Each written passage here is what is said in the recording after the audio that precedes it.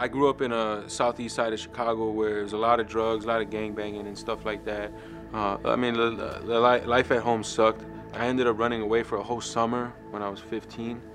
But at the same time, I'm drinking, I'm doing drugs. I started getting involved with gangs. But it all came to a big stop when I was 17 years old and I was partying with friends, and I ended up getting into an altercation and where I committed a crime. I got charged with attempt murder. And I just remember thinking like, man, I ruined my life, you know? For me, I coped with reading and writing. And like I said, I was reading a lot of self-help books, just psychology, philosophy. I remember going to a group and I came back crying because I was sad about, for years I had been struggling with the guilt and the shame of the bad things I had done in my life.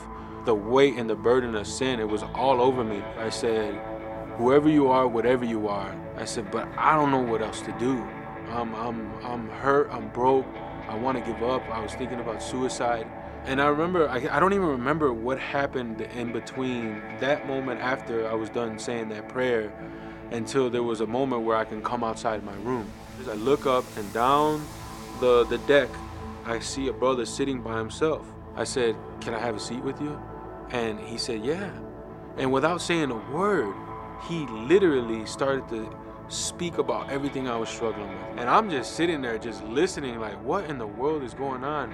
And I remember I felt like this, the only way I can explain it is like it felt like an energy, right? Like this feeling of something that was there, a presence was there with us.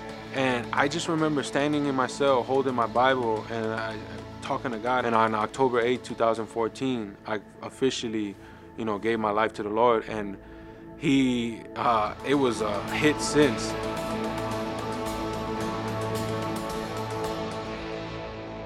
He made himself real in a way that I could not deny it. There's no going back for me, because he entered here, just completely took over. I'm starting to think, okay, where am I gonna go when I get out? I ended up learning about prison ministry, specifically about Koinonia House, and I told him my situation, like, man, I feel like God's calling me to do this. The ministry came and picked me up. A bunch of brothers met me at the gate, and I've been at the house since. I was able to get a job, and I've been working. So much favor has been over my life from the Lord. He's the one that changes us. He's the one that does the work on us. And so I learned right away that it's never gonna be a book. When I met the Lord and I gave my life to him, I exponentially changed. Like, I had changed a lot up until that point before I met the Lord. And there was the self-help and all that, but I was miserable still, right?